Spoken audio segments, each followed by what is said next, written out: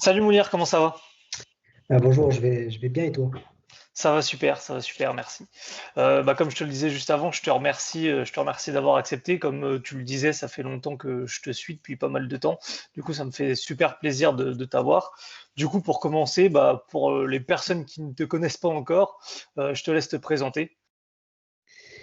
Bonjour Arnaud, j'espère que tu vas bien et que tu passes bonne journée.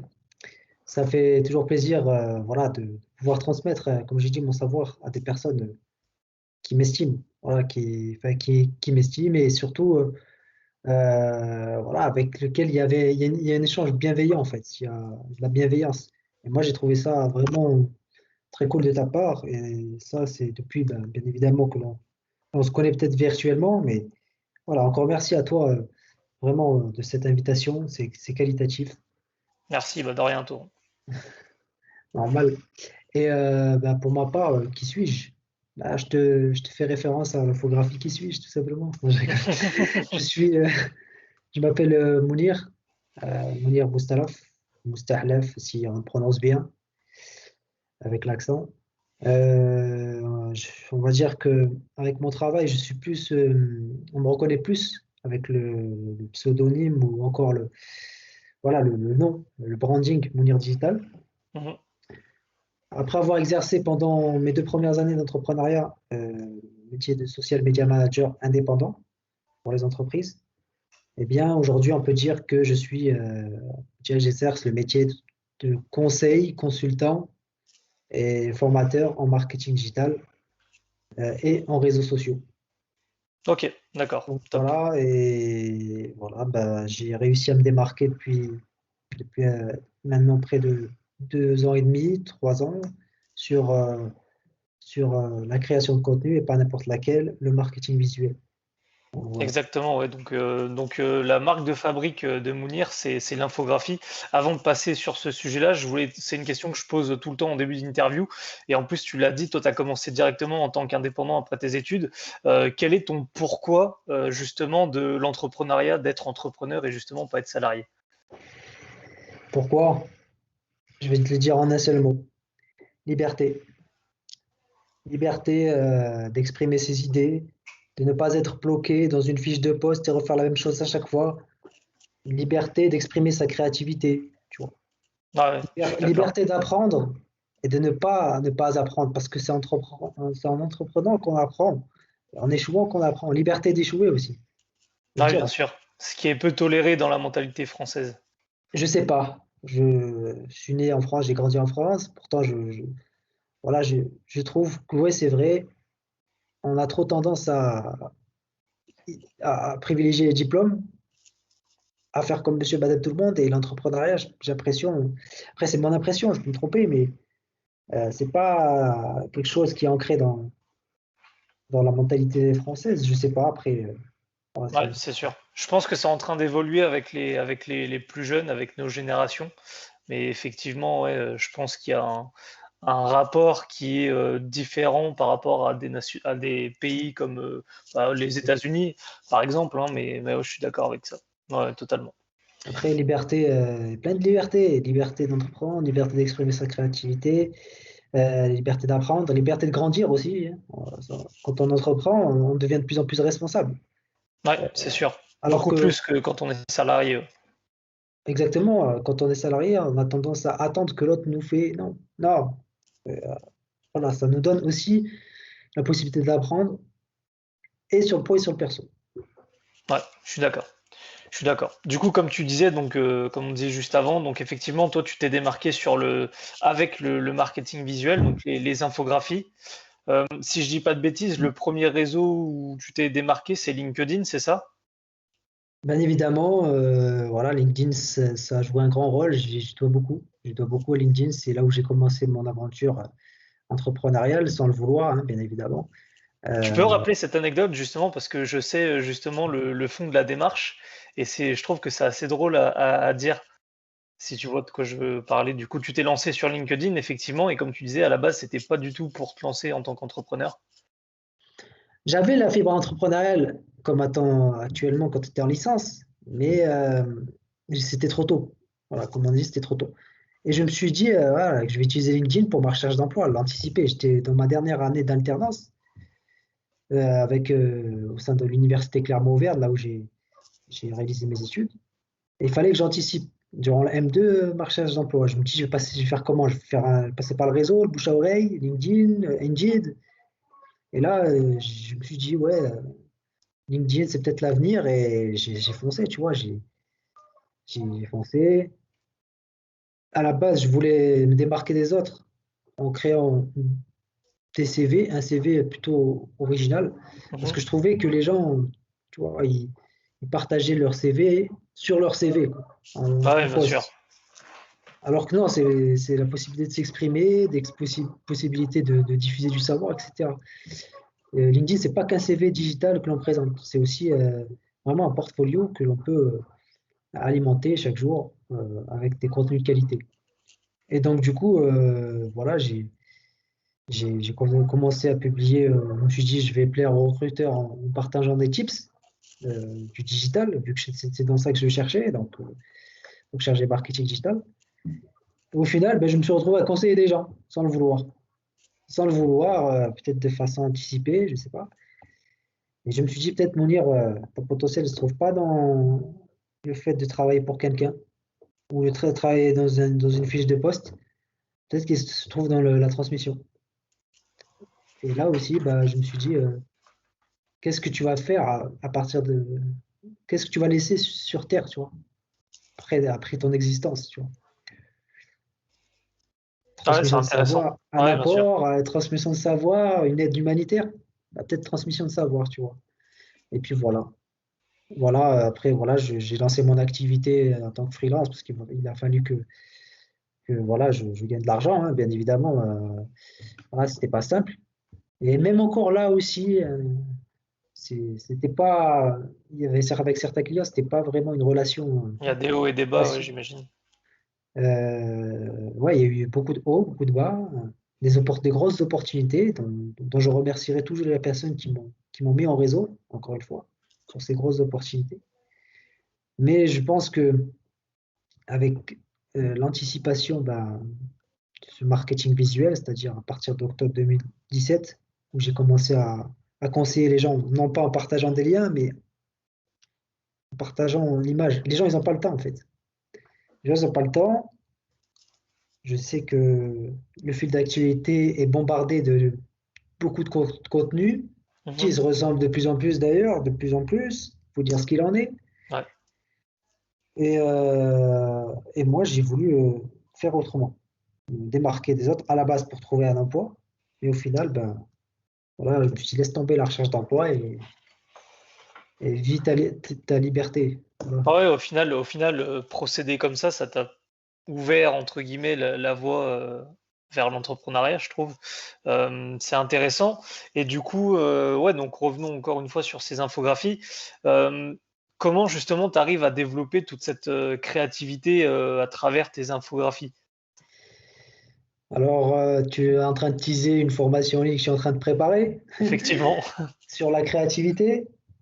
Non, sérieusement, je suis en train de préparer une formation en ligne pour aider les créateurs de contenu, peut-être comme toi ou d'autres entrepreneurs, Mhm. à les aider à devenir plus créatifs. Parce que je pense que c'est là où j'ai le plus à transmettre, sincèrement, et de façon qualitative. Après, pour répondre vaguement, pas en profondeur, mais plus Bien sûr. dans les premières lignes à ta question, ben, il faut être observateur, c'est tout. Il faut regarder autour de soi. Il faut lire la télé, les infos, regarder ce que font les gens. Et là, il y a des idées qui vont venir. Et après, il y a la C'est vrai maîtrise. que toi, tu t'inspires beaucoup de ce qui t'entoure. Toutes tes infographies, il y a toujours des analogies entre un objet du quotidien, une actualité, avec le digital. Bah, là, dernièrement, tu as fait une infographie par rapport à l'euro qui arrive quand Deschamps a fait sa liste. Enfin, moi, je trouve ça vraiment cool, justement, que tu arrives à faire tous ces trucs. Enfin, je veux dire, tu es là, tu regardes ton JT, et puis, je sais pas, genre, dans la minute qui suit, tu es là en train de griffonner sur ton papier. Enfin, c'est vraiment cool d'avoir cette créativité-là. Et je pense que c'est une bonne chose, effectivement, de faire une formation là-dessus, parce que comme tu le disais, en fait, tout le monde enfin tout le monde, je généralise, mais comme tu le disais, beaucoup de contenus se ressemblent, chacun copie un peu les autres, s'inspire des autres, comme ils disent. Donc ouais, c'est vraiment intéressant. Et par contre, du coup, une question qui me vient, en faisant justement cette formation-là sur la créativité, tu as fait une formation aussi sur les infographies, il me semble. Ouais, c'est une mini formation, c'est une formation à la carte. Je l'appelais Mographie, Ouais, dans laquelle je montre en direct comment je fais une infographie avec PowerPoint, un ok. outil, euh, un outil de présentation. T'imagines, même avec PowerPoint, si tu as ça, tu peux faire de grandes choses, je te le dis. C'est ce que j'allais dire, oui, effectivement, t'en as fait une infographie encore une fois où où tu compares Photoshop, je crois, et Canva ou je sais plus, mais en gros, tu dis, c'est pas l'outil qui fait la créativité, mais tu peux avoir le pire outil du monde si tu as la créativité. Voilà, c'est Et ça. ça, c'est vraiment une bonne façon de penser parce que typiquement, tu vois, je reviens un peu sur le côté salariat. Vu que je te dis que je cherche un peu des alternances et tout, bah, tu tombes facilement sur des fiches de poste où on t'impose de maîtriser tel outil ou tel outil. Et ça, ce genre de choses-là, bah, Ça ferme les portes. exactement, je trouve ça un peu dépassé d'être fermé comme ça et de dire, bah voilà, si tu maîtrises pas l'outil, bah tu peux pas faire ça. Enfin, c'est un peu débile, je trouve, comme raisonnement. Je suis tout à fait d'accord avec toi, j'ai eu la même sensibilité. Je trouve que les entreprises sont un peu ferment donnent comme si on devait dans des fiches de poste à respecter. On doit être Non, dans une case. voilà, voilà.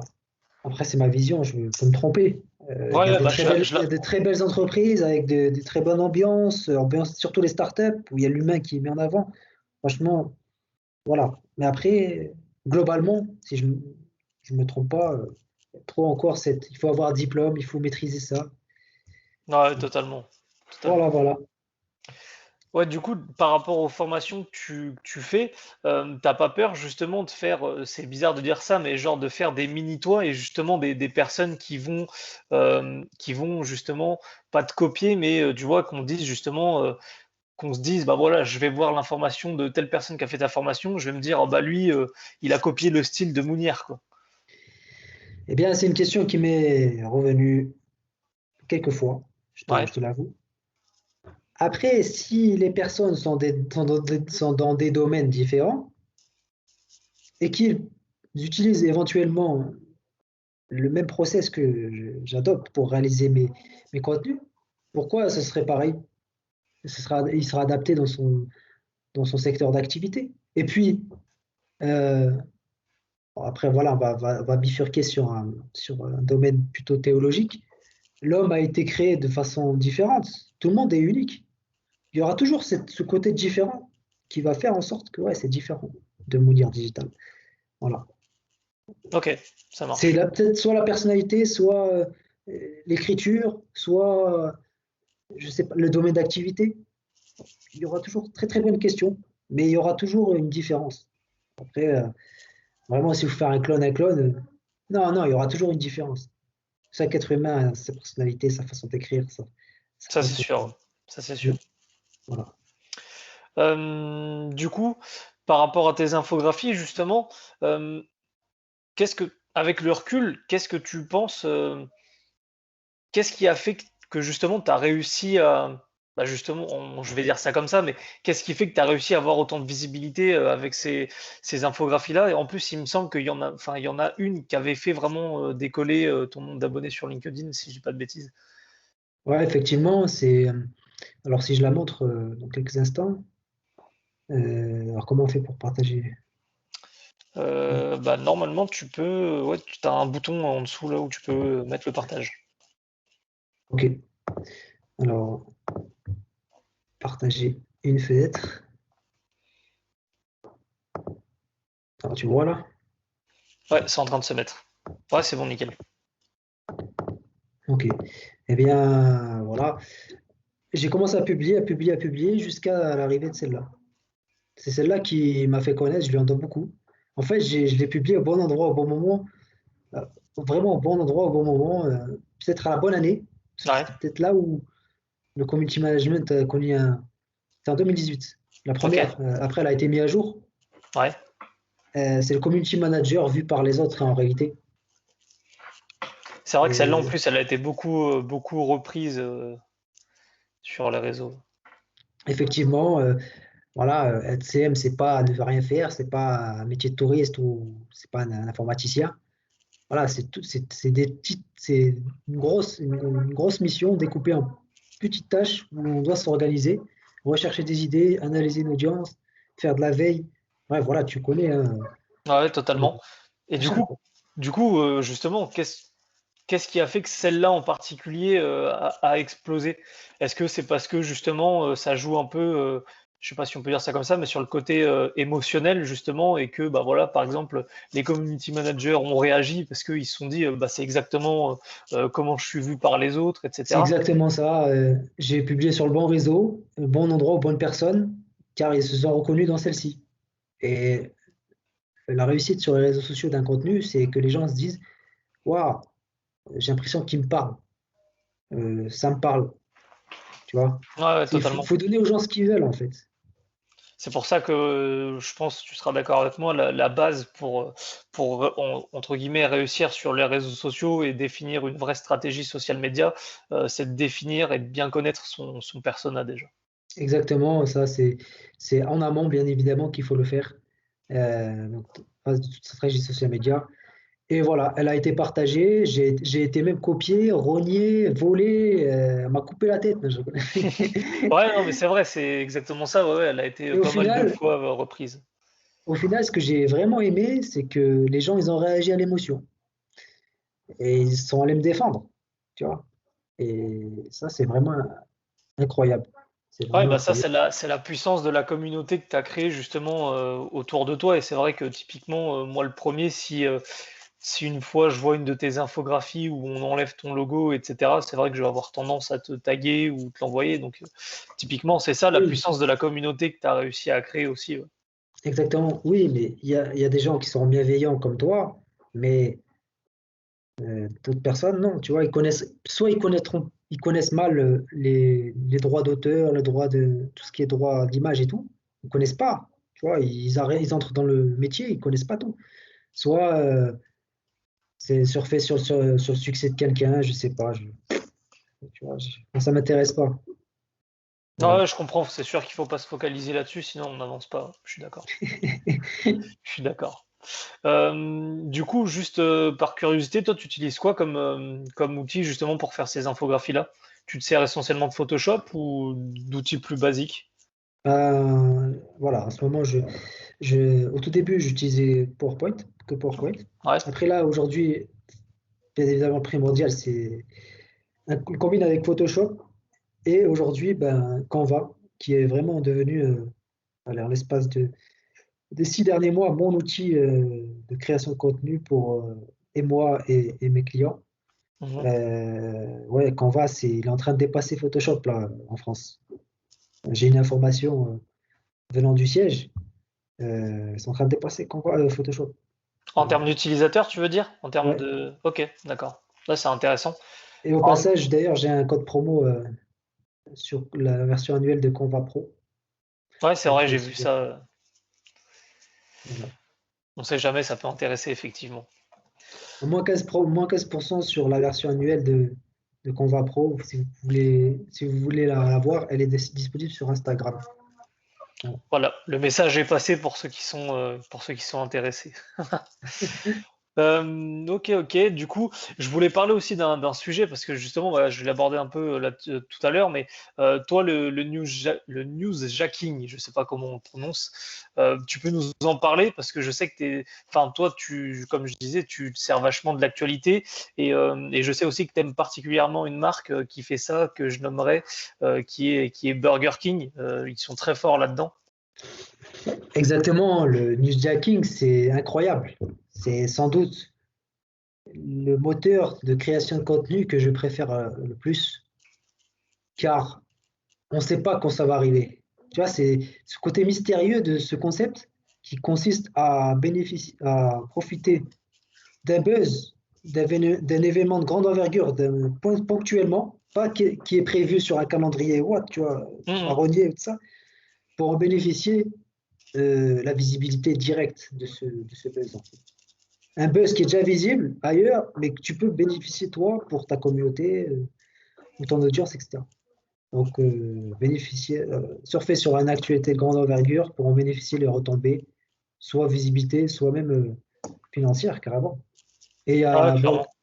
Burger King le fait super bien, là, récemment, bon, là, on est le 27 mai, et il n'y a pas longtemps, il y a eu la liste des sélections de l'équipe de France de football, et l'entreprise a profité de ce buzz-là, c'est-à-dire le restaurant, la franchise, pour, pour teaser le lancement d'un nouveau produit qui est un produit végétarien. Ouais, Voilà. c'est ça. C'est incroyable. Bah, c'est incroyable, surtout qu'en plus, à la base, tu te dis fast-food et football, il n'y a pas vraiment de rapport, quoi. Enfin, c'est ça qui Il y a un est. rapport lorsque les gens regardent le match à la télé le soir. Voilà. Ouais, Peuvent c'est se, ça. peuvent se faire livrer, ou un truc comme ça. Mais il y a un rapport aussi si l'audience, enfin, les gens de la franchise, ils regardent. Ils sont intéressés par le foot aussi. Donc, c'est là où tu te dis, persona, son intérêt, c'est important aussi. Ouais, Voilà. clairement. Après, il y a d'autres entreprises qui pratiquent le newsjacking, et moi, j'ai voulu le pratiquer à mon échelle. Et ça marche vraiment bien. Surtout ce côté émotionnel, humoristique. Ouais. Voilà. Et du coup, justement, en faisant ça, t'as pas peur de recruter des abonnés non qualifiés? Non, parce que si le message du newsjacking est compréhensible par la cible, bah non. Et Ok, que cette cible-là, elle est intéressée par le grand événement, non, ça rentre dans les clous, tu vois. ça marche. Ok, très Voilà. bien. T'as le newsjacking, t'as le marketing nostalgique, t'as plein de trucs, tu vois. Ouais, on pourrait en parler des heures, je pense, si on, si on évoquait tout ça. Mais j'en parle plus vraiment en profondeur, en détail, dans la prochaine formation en ligne, si l'avenir nous le permet. Voilà, pour ceux qui sont intéressés. Ok, d'accord. Bah, du coup, j'arrive sur la fin. La dernière question que je m'étais notée, moi, c'était du coup, comment tu pourrais définir justement le rôle et l'impact d'un bon marketing visuel, notamment sur les réseaux sociaux, que ce soit pour une marque ou pour un solopreneur, par exemple. C'est le titre de ma prochaine formation en ligne. Alors, le marketing visuel ou le marketing de contenu visuel créatif bah, permet déjà d'attirer des clients qualifiés. Voilà. Parce que les gens, ils n'ont pas le temps. C'est le A et le I du modèle AIDA, Ouais, attraction intérêt. Ça permettra également, comme toi d'ailleurs, ou d'autres solopreneurs ou d'autres entrepreneurs, de devenir une référence dans leur activité. Voilà, créer une communauté fortement suivie autour de votre expertise, son expertise, soit les réseaux sociaux, soit la rédaction, soit le SEO. Voilà. Et ensuite, donc voilà, attraction de clients, devenir une référence. Et puis voilà, généralement, même si voilà, on n'est pas créatif et qu'on en manque d'inspiration. Donc vraiment, voilà, les gens, ils n'ont pas le temps. Faut partir de l'expérience utilisateur. Les gens, ils n'ont pas le temps et il faut les toucher au bon endroit, au bon moment et les appâter avec le visuel. Parce qu'une image vaut 1000 mots, c'est ça aussi, et qu'il faut souligner. c'est vrai. Donc, fort potentiel d'attraction de clients qualifiés et de visibilité pour devenir une référence. Voilà. Ok. Du coup, on peut clairement associer ça, on peut clairement je vais y arriver, associer ça à l'inbound marketing. Exactement. C'est une espèce de lead magnet, mais naturel qui se travaille pas comme ça en claquant des doigts, mon ami. Ah, je rigole. Ça, Mais c'est sûr. sur le long terme. Moi, c'est pas encore fini, hein. Je suis dans la phase du développement d'activités de plus en plus. Ouais, une bonne marketing, c'est long, hein, je te le dis. Voilà. Ah ouais, bah, c'est le désavantage de l'organique, mais bon, après, comme tu dis, justement, grâce à tous les efforts fournis, c'est ça qui paye aussi après sur le long terme. C'est ça, exactement. Voilà. Petite question, du coup, tu disais donc justement ton image, elle représente donc le A et le I du modèle AIDA. Du coup, ça veut dire que quand tu écris un message sur les réseaux sociaux, est-ce que tu commences du coup euh, par le reste, donc du coup AIDA, donc le Désir D, à donc le intérêt. désir et l'action, ou est-ce que justement tu as quand même des petites lignes pour faire justement l'attention et l'intérêt? Bah, l'image, c'est le A et le I. Mais dans le texte, dans le texte que j'accompagnerai, soit sur le site web, le copywriting, on va dire, Mhm. il y aura le D, le A, enfin le D, le A à la fin, en appuyant sur les frustrations et sur, voilà, en incitant à l'action avec des boutons, avec voilà, des mots-clés qui, qui sont émotionnels, compréhensibles par la cible, avec le bon langage et qui inciteront au clic. Donc voilà, clic égale conversion vers quelque chose de potentiel, donc soit le chiffre d'affaires, soit la vente d'un produit ou des services. Ok, Et super. ça, quelle que soit la plateforme, social media, site web, blog, publicité sponsorisée. Donc voilà. Ok, d'accord. Du coup, et là, j'avais une dernière question qui m'est venue quand tu parlais et je viens de l'oublier. Parce qu'on ne peut pas mettre de bouton sur l'image. Il Ouais, faut ça toujours c'est qu'il soit sûr. accompagné d'un texte. Ça c'est sûr. Voilà. Euh, ouais, c'est bon, j'ai retrouvé.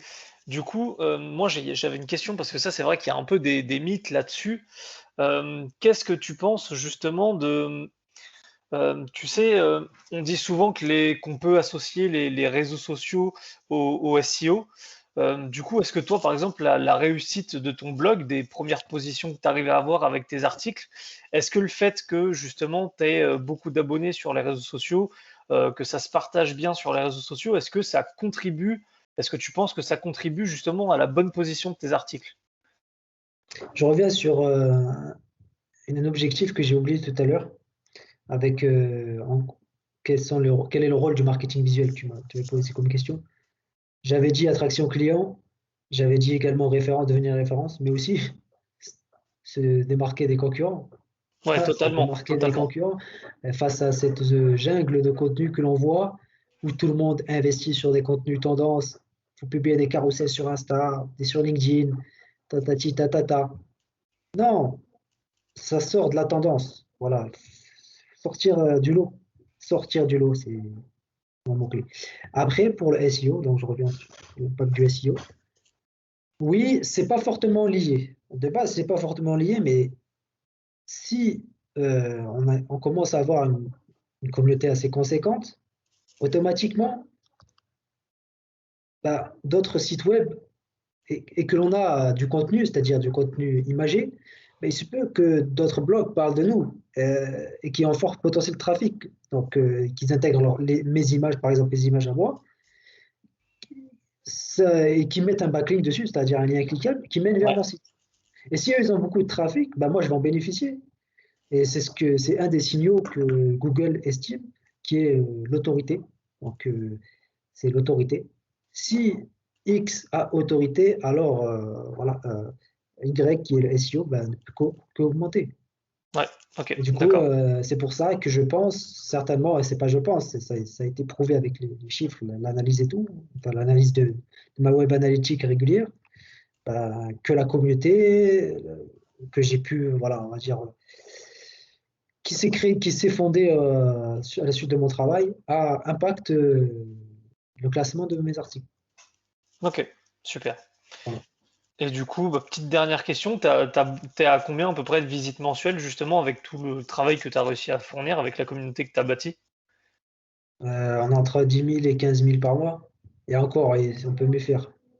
Alors en vrai, est-ce que tu te dis, bon, du coup, tu viens de me dire que tu peux mieux faire, mais est-ce que en me disant justement que toi, tu es une toute petite entreprise, c'est quand même énorme en vrai, à toi tout seul, ou je crois que tu as pris des stagiaires de temps en temps, mais je veux dire, est-ce que pour toi, enfin, je sais pas, genre à tes débuts, est-ce que tu te serais dit justement, j'en serais arrivé là aussi vite, ou, enfin, moi, tu vois, je me dis, un solopreneur, 15 000 visites par mois, c'est énorme, tu vois, enfin, je trouve que c'est super bien. Je ne sais pas si c'est énorme, parce que moi, j'ai toujours tête dans le guidon, mais on peut dire que ouais, c'est une fierté, et surtout, je rebondis sur ça, c'est qu'un jeune issu de la banlieue, bah, Google, ils sont pas les rats. Voilà, ils ne voient pas d'où tu viens géographiquement. Donc, il donne la chance à tout le monde. Voilà, quelle que soit sa zone, son origine ou autre. Tant que tu respectes bien les optimisations SEO et tout, il n'y a pas de raison que ton entreprise arrive dans les premiers liens, qu'elle t'attire je ne sais pas combien de visiteurs. Mais le mieux, c'est d'attirer des visiteurs qualifiés et on y travaille encore à chaque fois, à chaque fois, à chaque fois, à chaque jour. Donc, Voilà, ouais, c'est une fierté, ouais. Surtout quand on m'a dit, on m'avait donné des barrières au début, beaucoup de barrières en plus, avec mon nom, tu iras pas loin, tu trouveras pas de clients avec ton nom. Non, non, moi j'y crois, moi, j'ai confiance en moi. Si tu donnes Ouais, de la valeur, regarde, la preuve, on fait ce live. Tu t'appelles comment? Je m'appelle comment? Voilà. La question est vite répondue. non, non, mais c'est ça. Et puis en plus, comme tu dis, faut pas se mettre de barrière. Et justement, moi, c'est un peu une revanche sur ces gens-là. Mais en soi, comme tu as dit, à partir du moment où toi, tu y crois et que tu te donnes les moyens de réussir et de tendre vers ce que tu veux, bah, il n'y a pas de raison. Ouais, et surtout avec beaucoup de bienveillance et patienter, voilà. Ok, je trouve que c'est un bon mot pour la fin. Merci à toi. Merci à toi, Vous, Mounir. donc voilà, teasing, hein, on est en train de préparer une formation en ligne sur la créativité, Creative Content School, donc elle s'appellera comme ça. Et puis voilà, n'hésitez pas à continuer à. Merci pour tous vos messages, hein, ceux qui me suivent et tout. Et on va se connecter sur les réseaux sociaux. Voilà. Super, super, super. Du coup, juste un petit teasing encore plus précis. Est-ce que tu sais exactement quand est-ce qu'elle sort ta formation? Ah, j'ai pas envie de promettre une date clé, mais j'espère. J'ai mis une deadline. J'espère dans le mois qui suit là. Ok, En toute espérance. top. Ça marche. Ça va arriver vite alors. Espérons. Ça Voilà. marche. De Merci toute beaucoup. façon, je communiquerai par-dessus sur les réseaux sociaux et par mail, et puis voilà. Ouais, c'est vrai, tu as développé aussi une base email. Ça, Mm. c'est pas mal. Tu l'as développé dès le début, ta base email? Non, non, j'ai fait le chemin inverse au début. Ok, d'accord. Je vois. Voilà. Ça marche parce que c'est vrai que là, la tendance, c'est justement un peu, tout le monde dit ouais, faut développer l'email et tout. Donc, c'est vrai que c'est un bon levier aussi, ouais, l'email marketing. Ouais. Surtout, tu as l'impression, tu t'adresses avec l'émotion et directement à une cible qui est concernée, quoi, qui est intéressée par potentiellement tes services, tes produits. Donc, ouais, c'est en suivant les bons entrepreneurs que je me suis rendu compte, ouais, il va falloir investir. Que l'email n'est pas mort et qu'on peut investir en plus des réseaux sociaux, du blog et tout, tu vois. Ouais, donc tu es un peu dans une stratégie de diversification, on va dire, de canaux, et cetera, maintenant. Vers un même but. Oui, bien Voilà. sûr, ça on est d'accord. Ok, top, super. Bah, merci à toi. Mais merci, franchement, j'ai aimé. Franchement, la vérité, Bon, bah, tant mieux. c'était vraiment dans mes espérances. Tant mieux Bravo, alors. Tant mieux, tant bravo, mieux. bravo. Merci beaucoup en tout cas. Et bon courage aussi pour Arnaud Digital. T'inquiète, on Merci. est là. On verra ce que ça donne. De toute façon, c'est comme tu as dit, on se donne les moyens de réussir et puis on récolte, euh, on récolte ce qu'on sème, comme on dit. Exactement. Ça marche. Merci à toi, Mounir. Et puis, bah, bonne journée à toi. Merci beaucoup également. Salut. Au revoir.